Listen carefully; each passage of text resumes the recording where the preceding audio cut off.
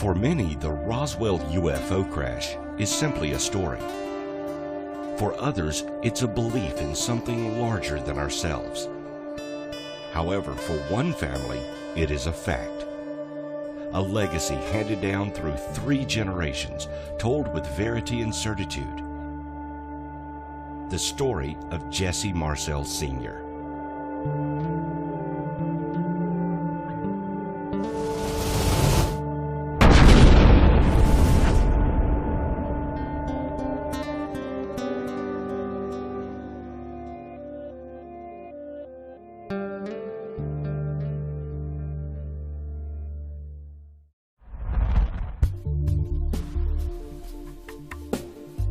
Philip Coppens, historian and author of The Ancient Alien Question, set out on a quest to discover the reality behind Roswell by visiting the one true source, the family of Jesse Marcel. The UFO phenomenon began on June 24, 1947, when Kenneth Arnold saw 9 flying objects over Mount Rainier in Washington state. Ever since, we have known the term UFOs, unidentified flying objects. But what if a few days later, in early July of 1947, an object crashed in Roswell, New Mexico, and the answer as to what the unidentified stood for became a reality? What if, in Roswell in 1947, extraterrestrial beings crash-landed on planet Earth, and the government has known about it ever since?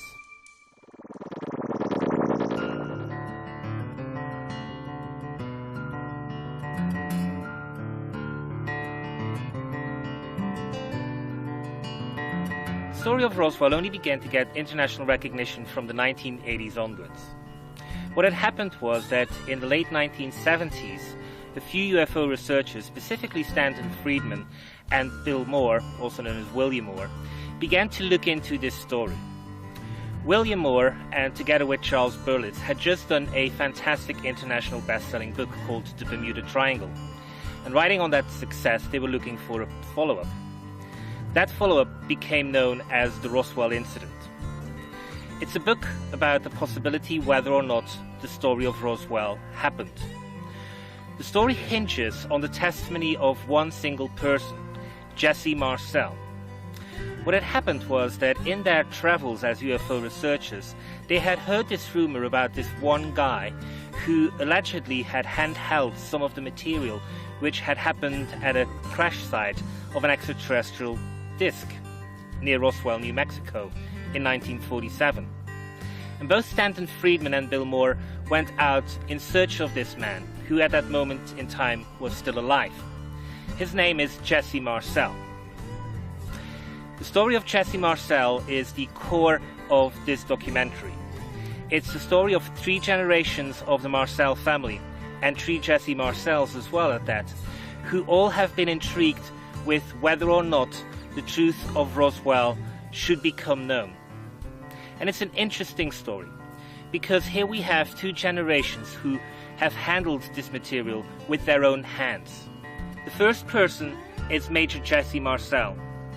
He went to the crash site and brought some of the material back home before he had to take it into the army base. He showed it to his wife, he showed it to his 11-year-old son. Now we have a 3rd generation, Jesse Marcel III, the grandson of Major Jesse Marcel. And he is talking about a lifelong quest to find out what Roswell really means.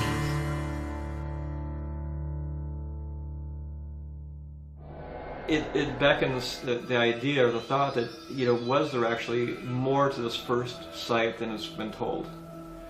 My grandfather always, almost with a wink in his eye, was always said there's so much more to the story than I can tell you, so much more than the media or he's told to the newspapers at the time, and that kind of thing, or the shows he's on.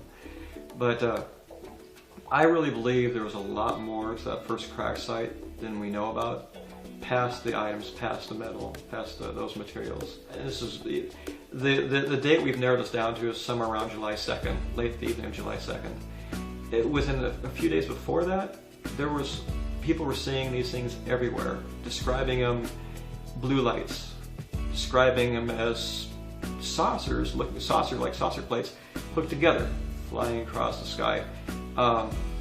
Everything from priests to politicians to the police. Everybody was seeing these things flying through the valley. And it was backed up. Radar was finding these targets that would come in and out of range. And it must have been a very fascinating time to be in the desert, to think that all this is going on around you.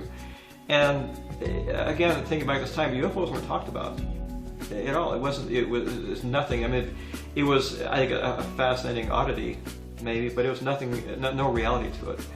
And here was a whole town of people, literally seeing these things and thinking there is something strange going on now.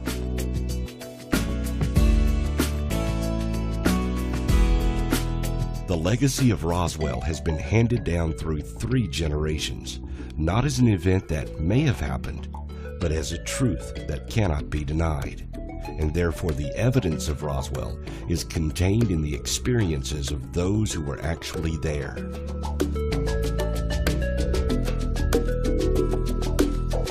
For the Marcel family, Roswell is not a question mark, it is not a controversy.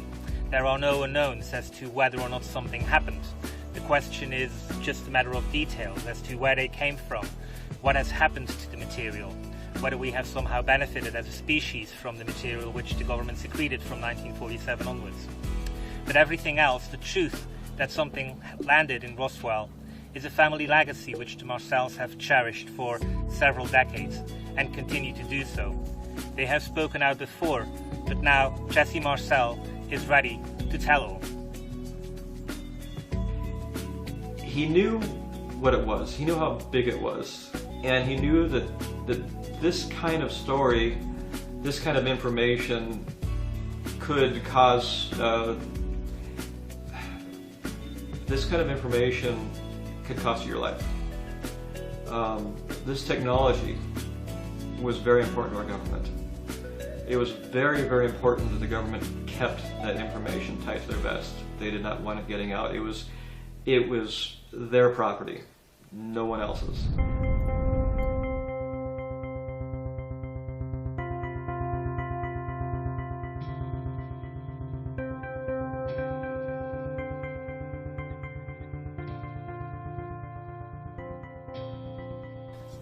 So what happened?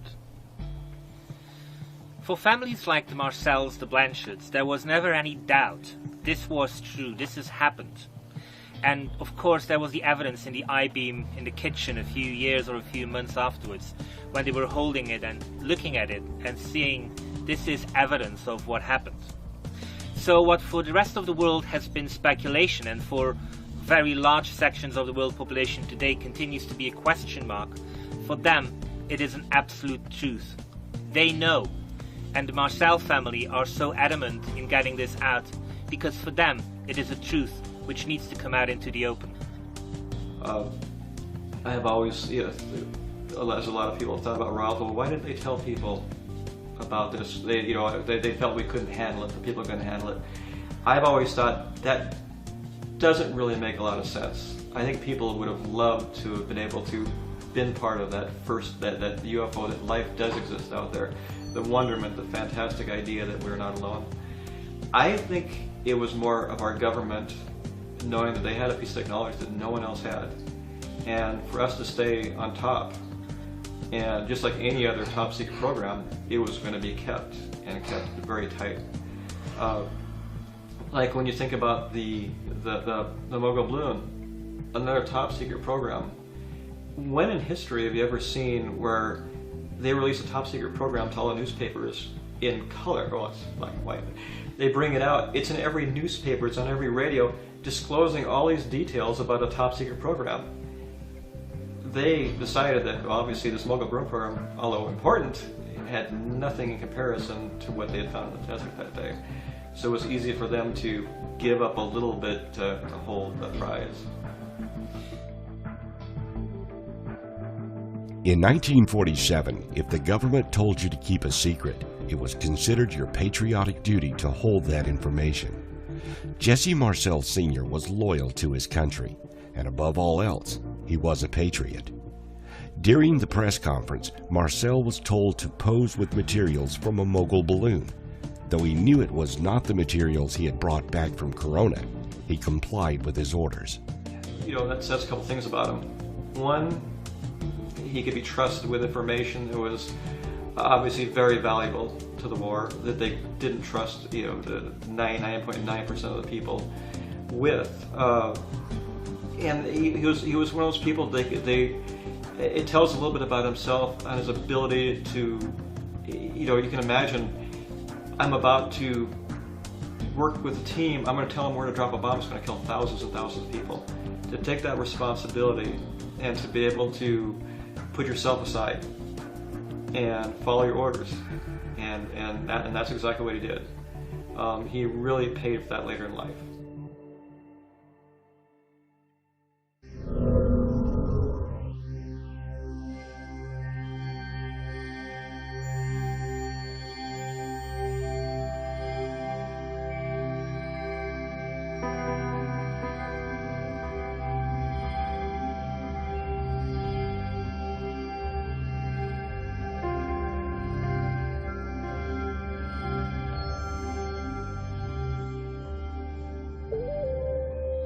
At the end of the 1980s, it was clear that the government had to do something. There was massive interest and people were beginning to ask questions.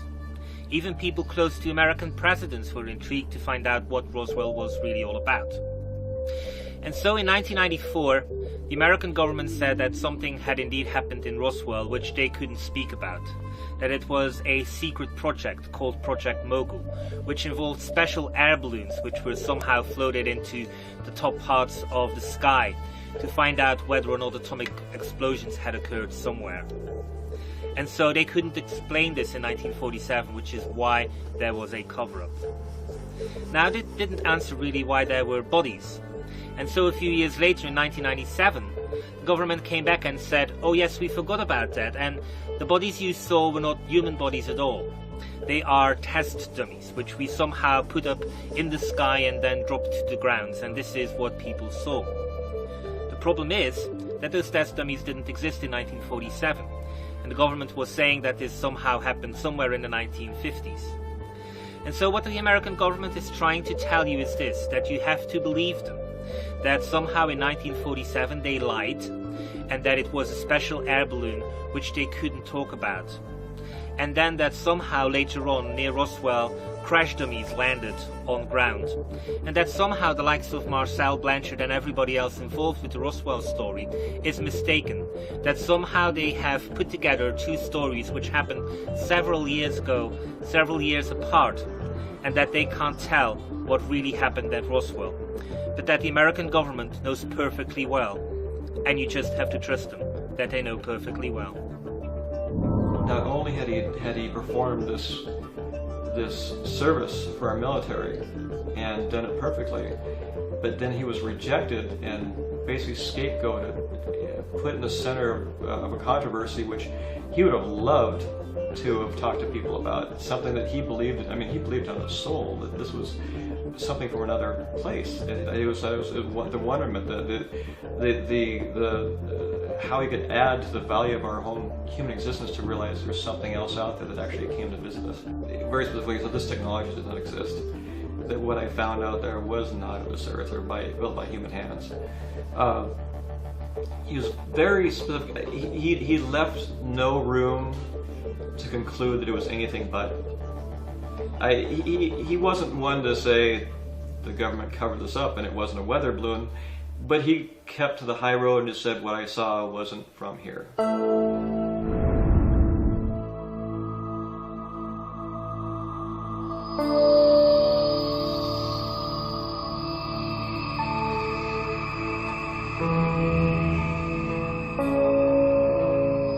And so what we have here is once again what for some people might be a detail, but which for those who know and those who like to find out makes a very different story.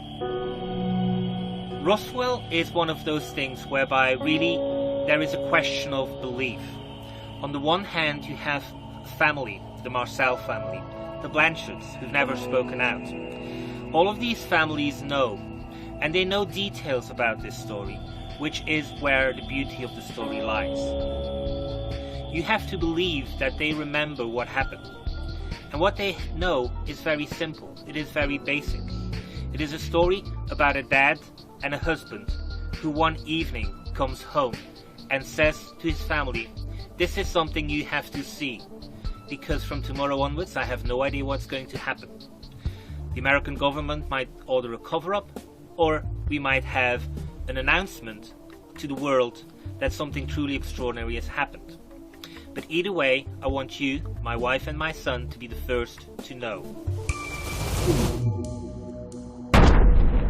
Every historical event can be traced back to a pivotal moment, a moment in time when everything changed.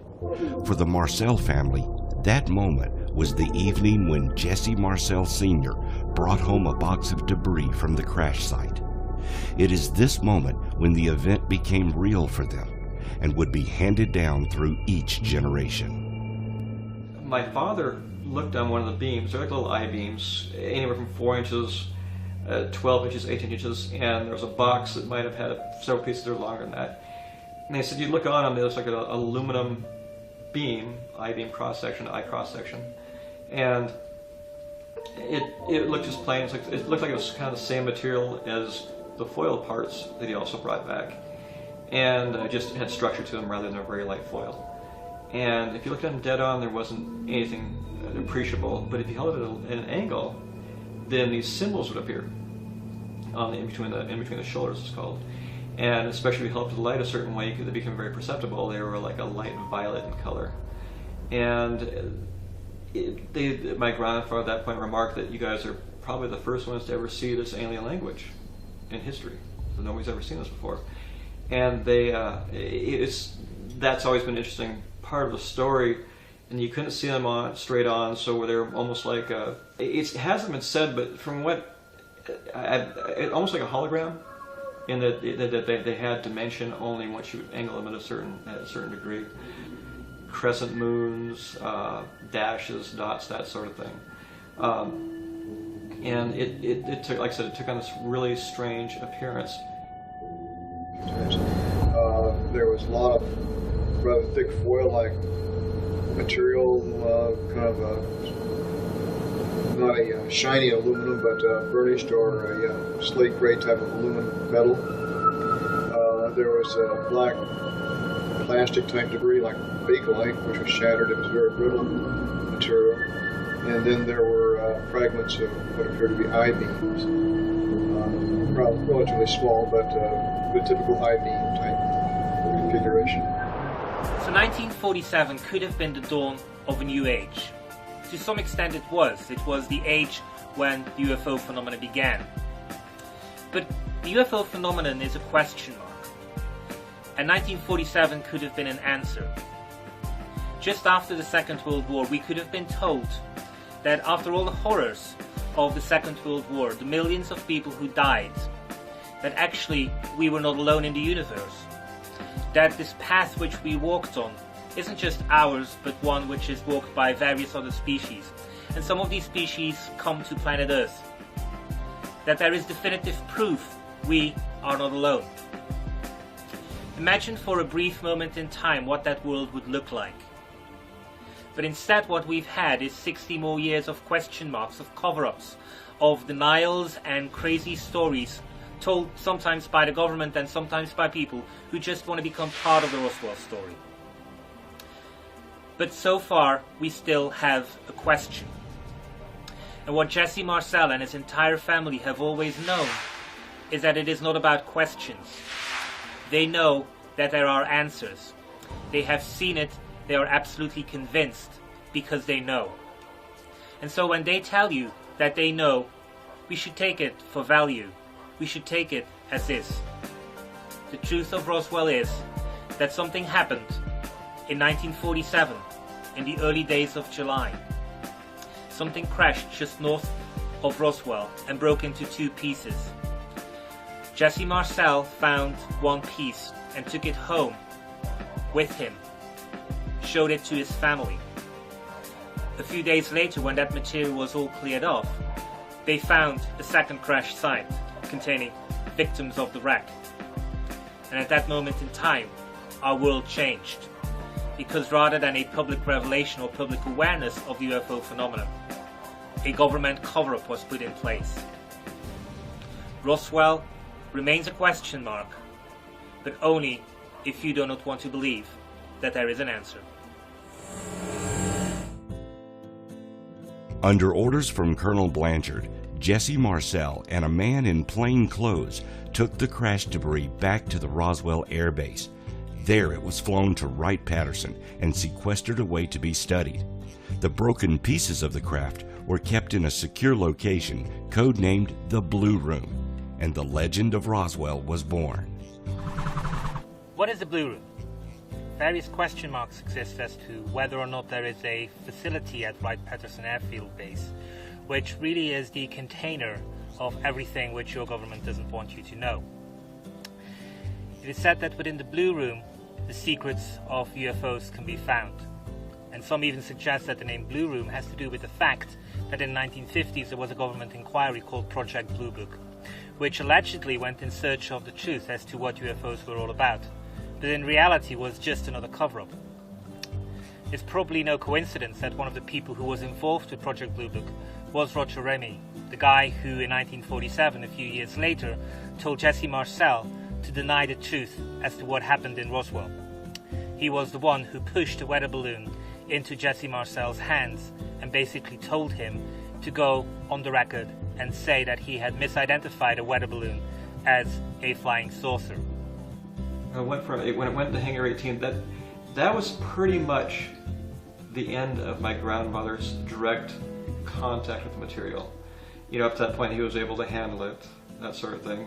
On a side story, while all of this was happening, there was, if you recall, the debris field was approximately a span shape, 3/4 of a mile long, littered fairly evenly with material. The more perceptible would be the foil you can see from the sun shining. But in the debris field, soon after, there was a call and there was actually a crashed hull of a UFO about 25 miles away.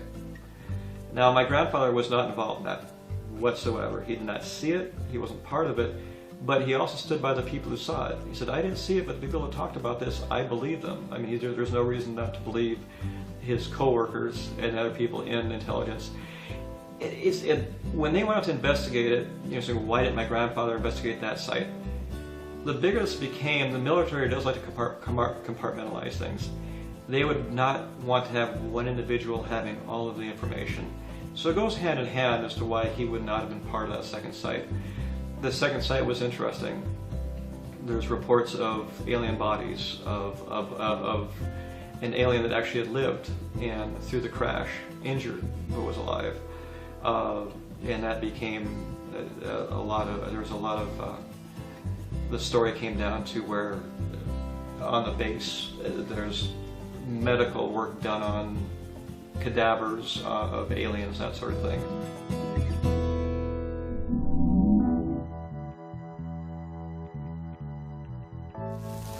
Major Jesse Marcel never saw the bodies, but it is clear that a few days later bodies were recovered.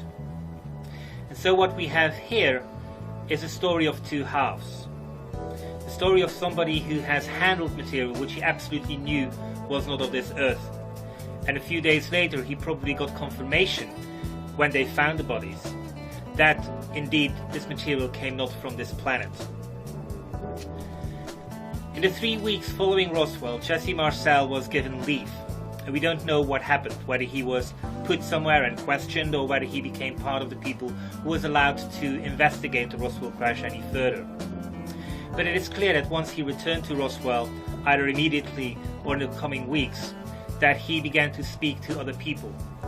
And even though he probably didn't get definitive proof, as in another I-beam in his hands, he probably knew more than anybody else that what really had happened at Roswell was precisely what we are piecing together. The story of an extraterrestrial craft which crash landed in the desert just north of Roswell, New Mexico. As researchers began to delve into the Roswell story, specific facts started to emerge. More eyewitnesses were willing to come forward. The route and locations where the debris had been taken and stored was identified, and a clear picture of the incident slowly formed from the available information. Even the man in plain clothes who traveled with Jesse to the crash site was identified. The man who went with Jesse Marcel to the crash site was Sheridan Cavett.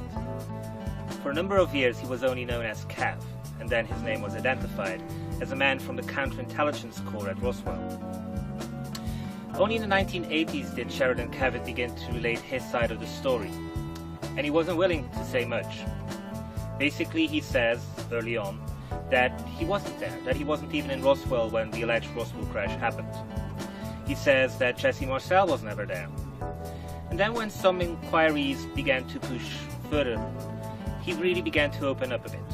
And in 1994, he was asked to make an official comment, a signed affidavit, in which he said that indeed he had been there, but that what he'd seen was a weather balloon. Cavett was a man of counterintelligence, which basically means he was paid to lie. And it seems he took this into the grave.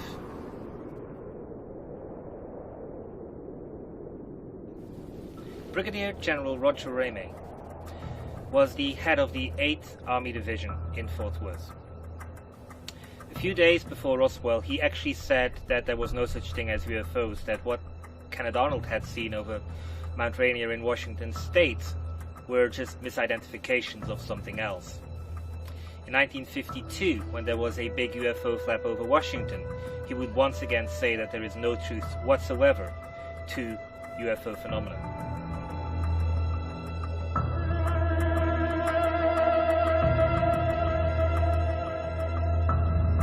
However, it seems that Ramey knew the truth, that there was something to the UFO phenomenon. In the press conference of 1947, he clearly holds something in his hands which refers to victims of the wreck. He is probably principally responsible, or was acting on orders coming from the Pentagon, that the truth about UFOs should be covered up. And it seems he was just the man for the job.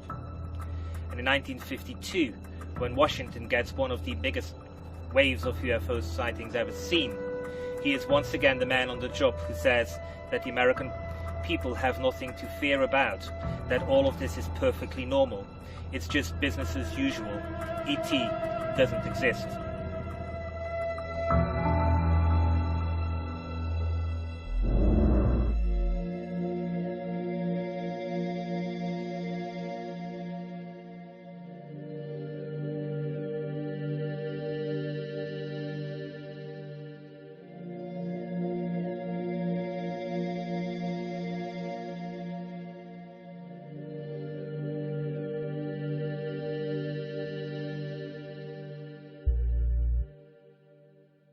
Why was Roswell covered up?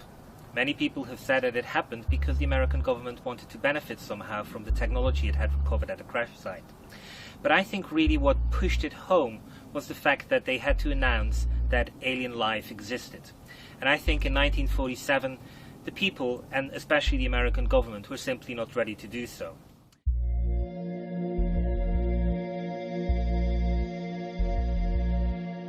Various people have to try to get access to the Blue Room. One of them was Senator Barry Goldwater.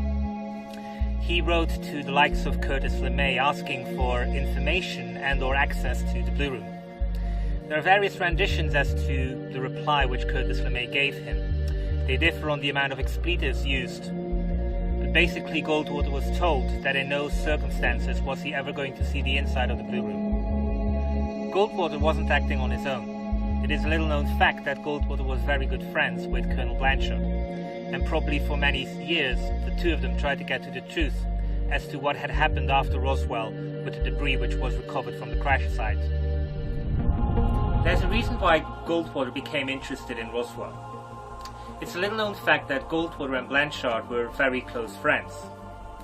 And so Goldwater was trying to use a political angle to get the American military to reveal to him what the truth about Roswell was and what the secret of the Blue Room was. And so what we have here is a story which spans decades. We have our core group once again. We know that Blanchard and Marcel officially never said ET or UFO crashed at Roswell. But we also know that they knew.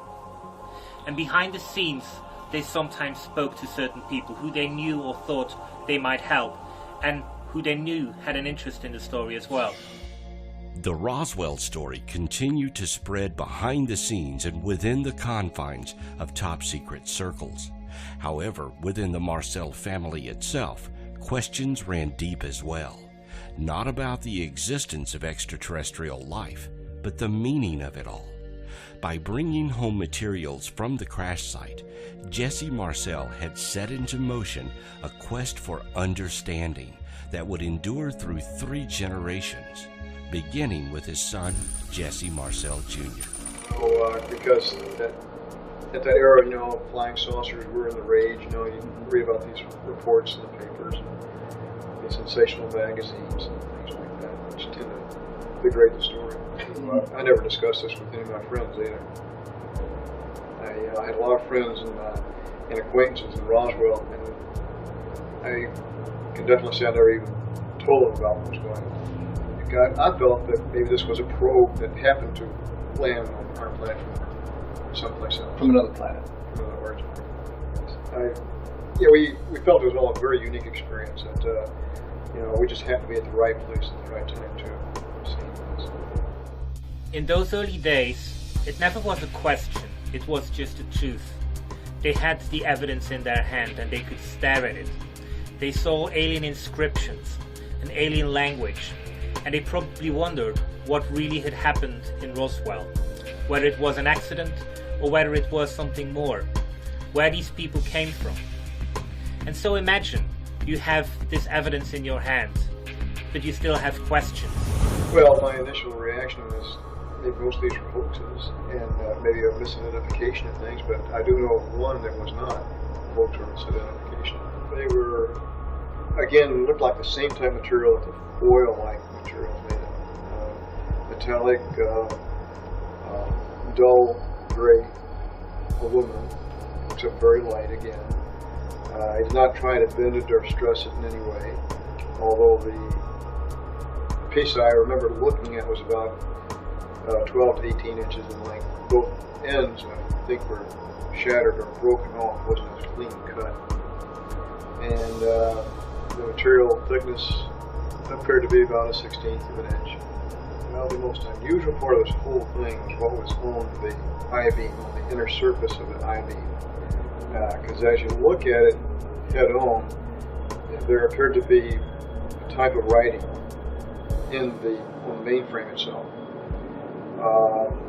This writing was definitely a purplish violet hue. It did have an embossed appearance because you could, if I recall, you could rub your finger on it and you could tell it had texture. I don't recall seeing any lines or letters of any kind, but it was more like geometric shapes. Or, well, it's hard to describe it. It was curved geometric shapes. There might have been some triangles and circles, but it was solid. Well, I don't recall seeing any piece that was greater than 4 to 6 inches in circumference or in diameter. I don't recall whether I tried to test it for being able to tear it or bend it or anything like that. It was very light, and again, a dull metallic gray color. And there was a lot of that.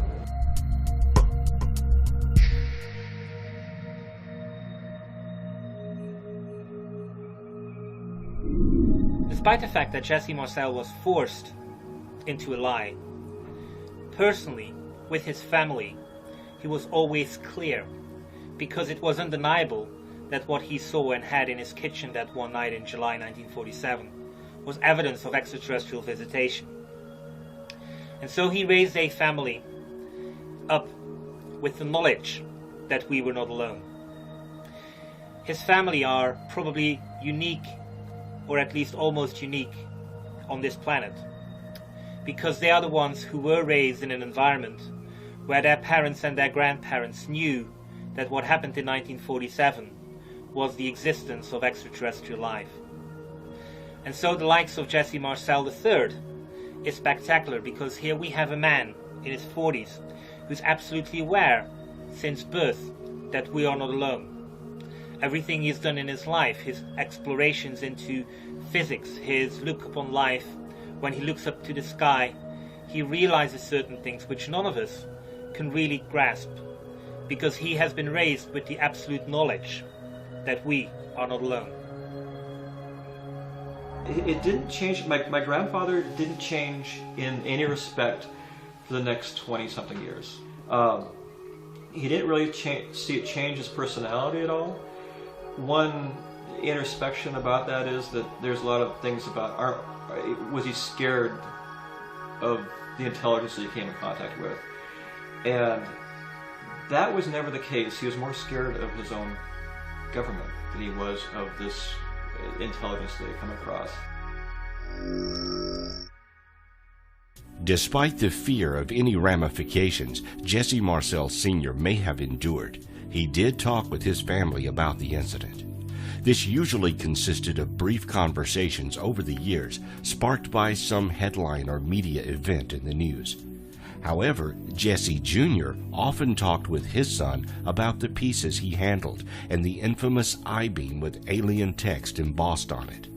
Later, the family would commission a replica of the I-beam so future generations could see the detail it contained.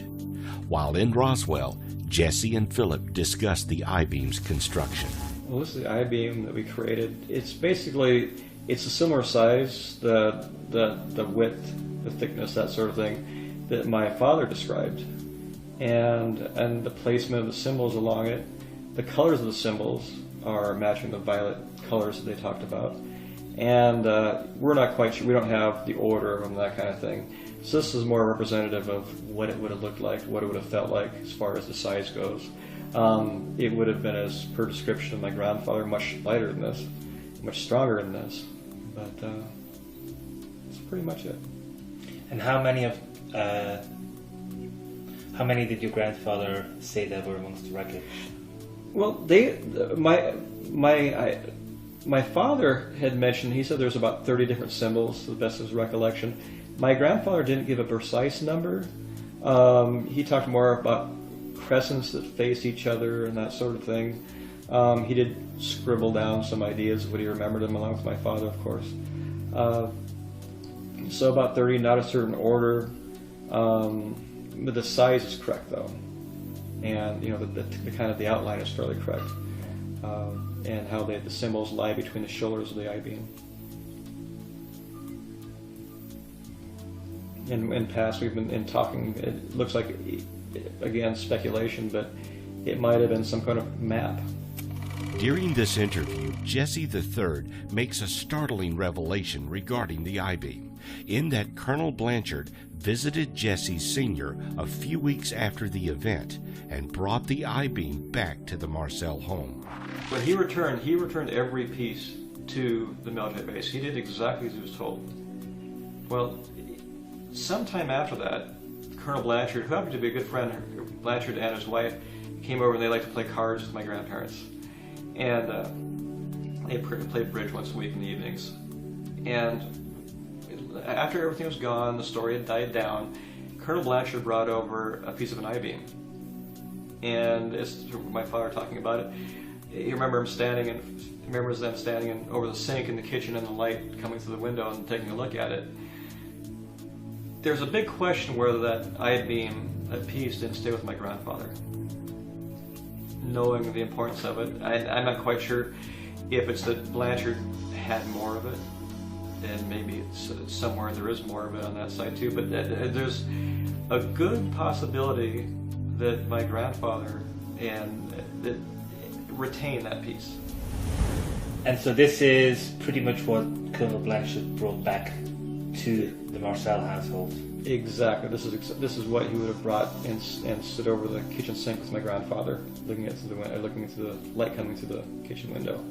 And you can imagine why he would specifically want to keep this one, because it shows that, first of all, it's not human. Mm-hmm. Nobody would do this. it looks otherworldly. There are definitely symbols on there which suggest that they knew what they were up to, but not necessarily we knew what they were up to. And it's really the perfect testimony that whatever happened in Roswell is what everybody knows it is, which is none of this Earth. Yeah, it really is fascinating. I mean, obviously the silver foil would probably be only so interesting after a while, but to actually see the symbols and also be able to, like, you know, in the real one where you would have to look at them at an angle to be able to see them, where there was no indication of the symbols being there. In fact, they didn't see them until they just happened to hold it, caught the light just right to even notice they were even there. So definitely very fascinating. So when did it happen? How long after Roswell did it happen that the kitchen sink was graced with this ivy? You know, I can't be exact other than I know it was more than a month after the original crash. As far after that, I couldn't tell you, but it was definitely after the return from their 3 weeks of wherever they went to. So basically, this little incident in the kitchen is very interesting because there you are, you have two men who have been involved into something, have then become involved into the cover-up of this something, who realize that for the rest of their lives they really can't talk about this anymore, but they have this little cozy get-together in a kitchen somewhere, kind of saying, hey look, this is real, this happened. This is real, and you know, to an extent this being kept by Blanchard and being passed down into the family tradition, or whatever happens to this, you know, the fact that something escaped. They always say that, like, no matter how much there has been a massacre, there's always one person who survives and gets out, and this is like the thing which got away from the grasp of the government. That's exactly right. Which could still be out there somewhere, but which definitely survived, like the initial slaying back in 1947. And again, for those two men, after having realized that they could have been part of the largest story ever, they became probably part of the largest conspiracy ever. For them to kind of like sit down and kind of probably they said something along the lines of, we didn't imagine this, it was real. You think that conversation would have almost had to have taken place. It's like this, we didn't, it's like we didn't imagine this. This is something that happened, and this is part of it. Absolutely. Pretty incredible.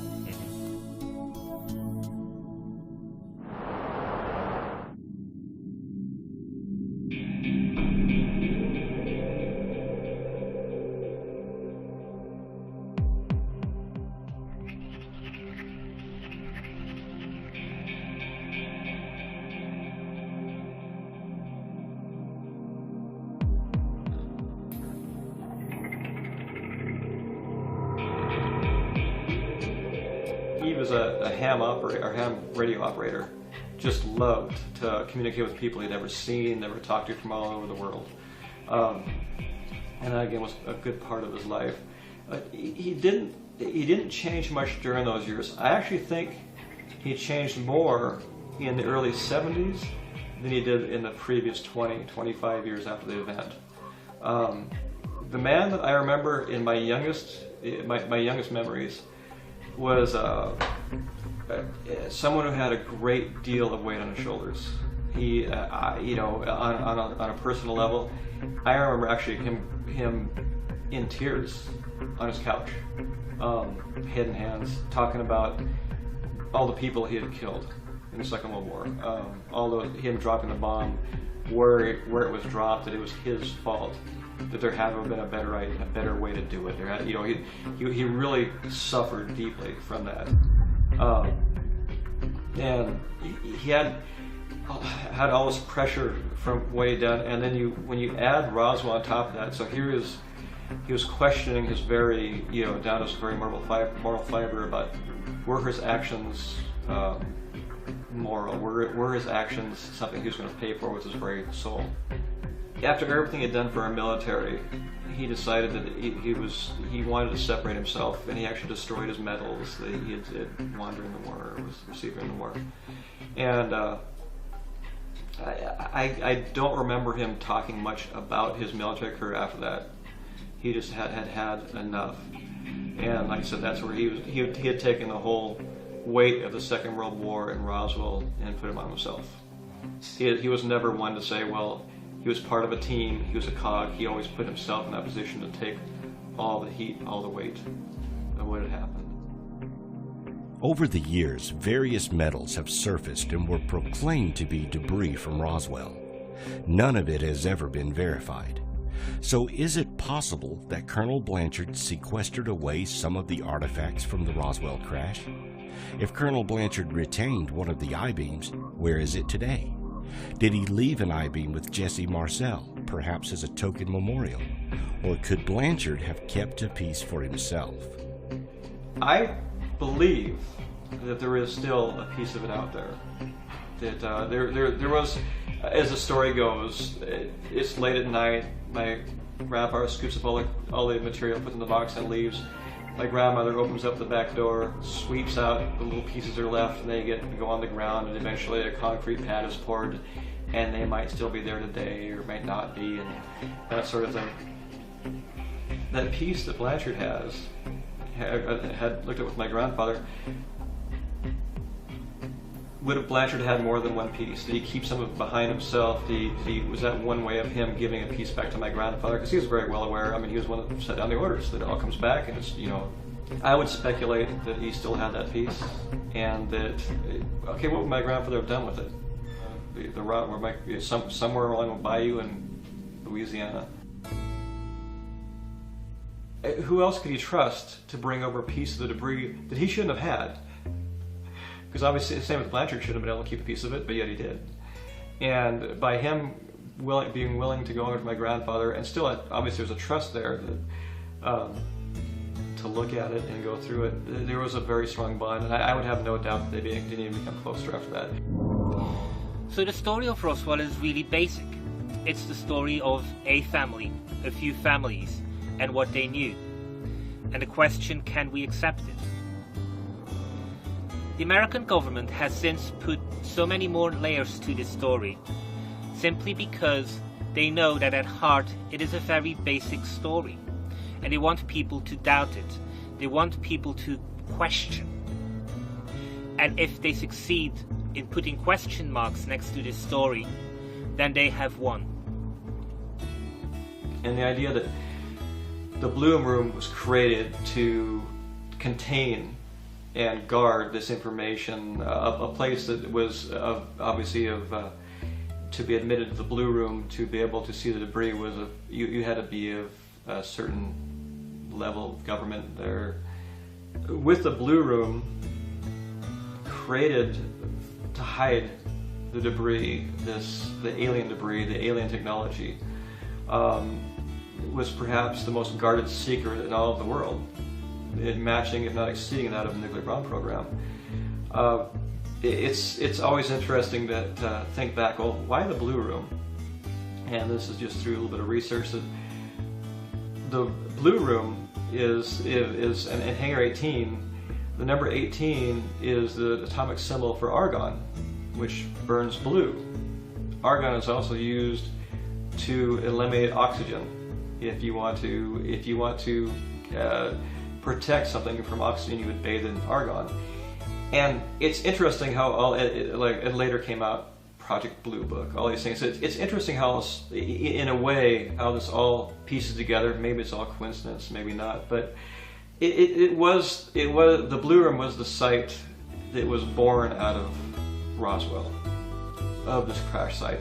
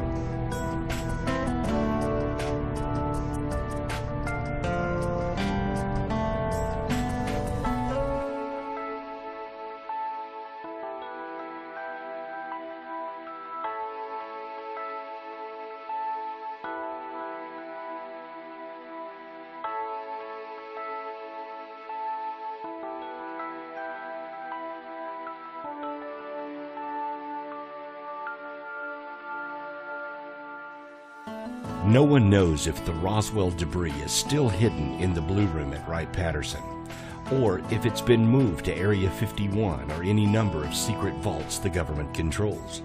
Nor do we know if it's still being studied, though that would seem logical.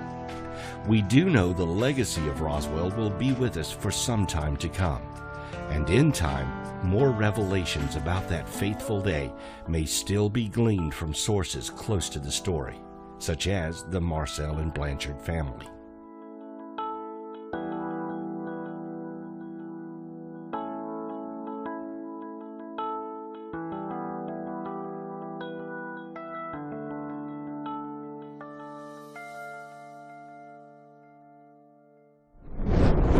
We have some documents that were his private, personal, and there's an aberration in them in his writing style right at the time this happened.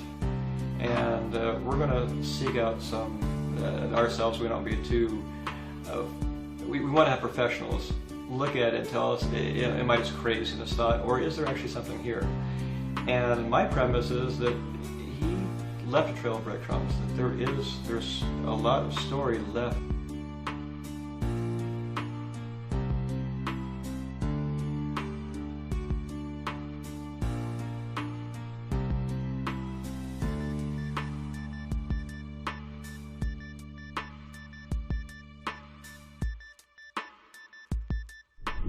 Imagine a world in which our parents told us that in 1947 beings from another world crash landed.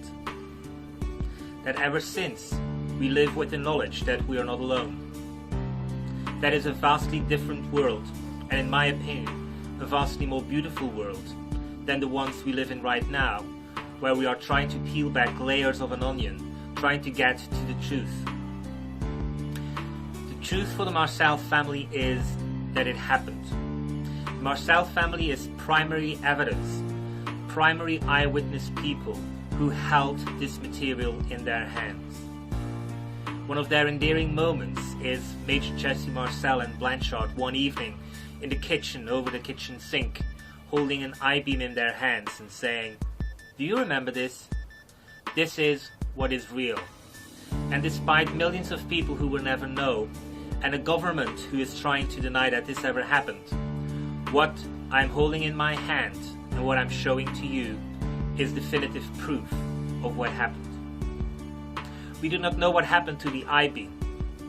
Maybe Jesse Marcel buried it somewhere, or maybe it is in the possession of Blanchard. I'm pretty sure he never gave it back to the government unless he was really instructed to give it back. And as far as we can tell, the government never knew about it until all the people involved had died and decades had passed. So the chances of evidence of Roswell having happened out there with people or in an environment where we can get to it is good.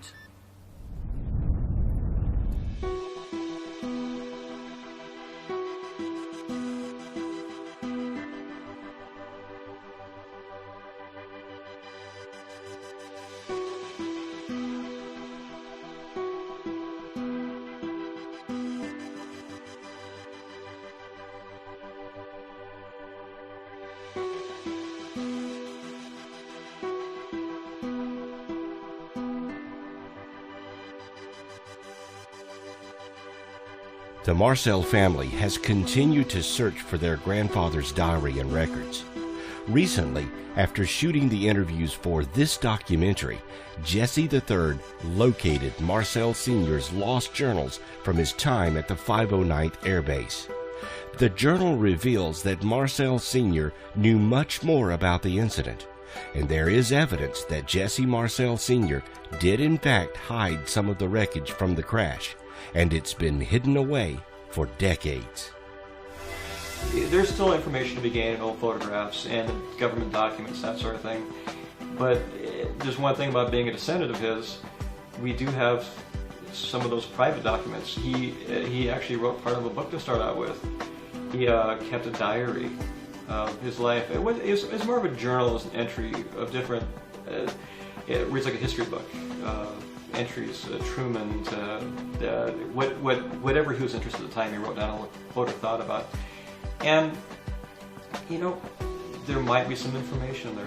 He might have buried something in there, and we're going to see where that goes.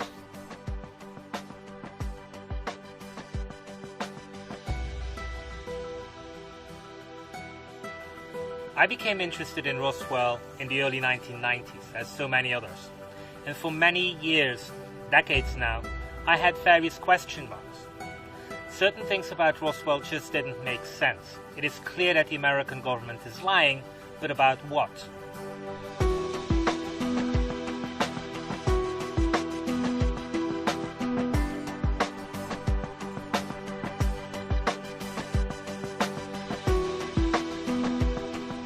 For the answer, we need to go back to the Marcel family, because they, since 1947, are the primary people involved and the primary holders of this holy grail of ufology.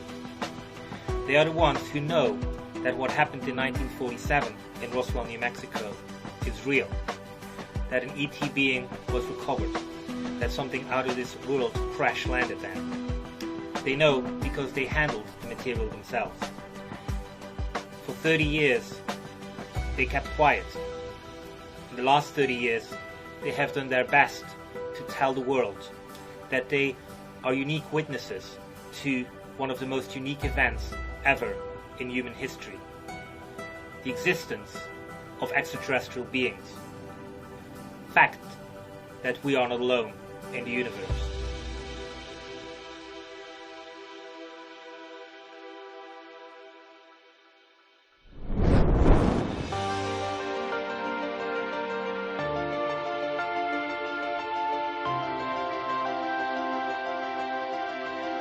The key message of Roswell is that we are not alone. And this is a message which lives in our hearts and which is cherished by so many. But for so many more it requires validation, and that validation will never come from the scientific community. Because by the very nature of the beast, Roswell can only be validated by officialdom, by the US government.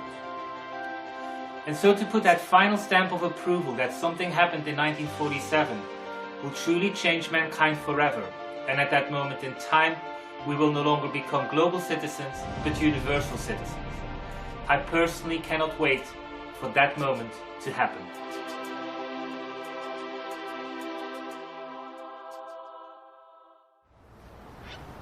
In the end, I have no doubt that we or somebody else will find a piece of it somewhere.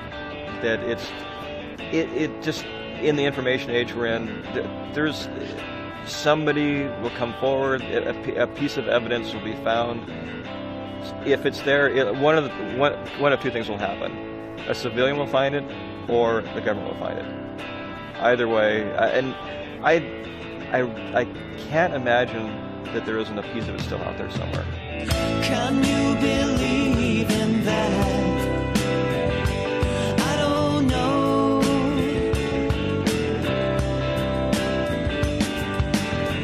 Can you believe in this?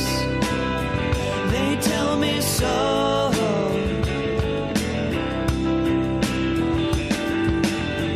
Can you perceive what you want to? They don't like that here. There is a right and a wrong, a right and a wrong.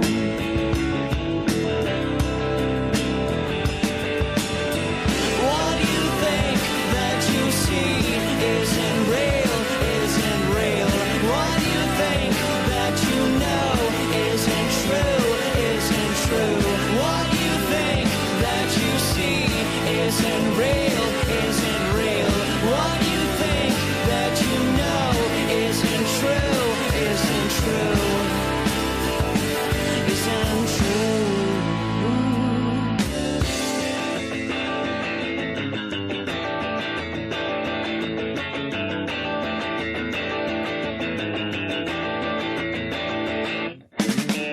What you think that you see isn't real, isn't real. What you think that you know isn't true, isn't true. What you think that you see isn't real, isn't real. What you think that you know isn't true, isn't true.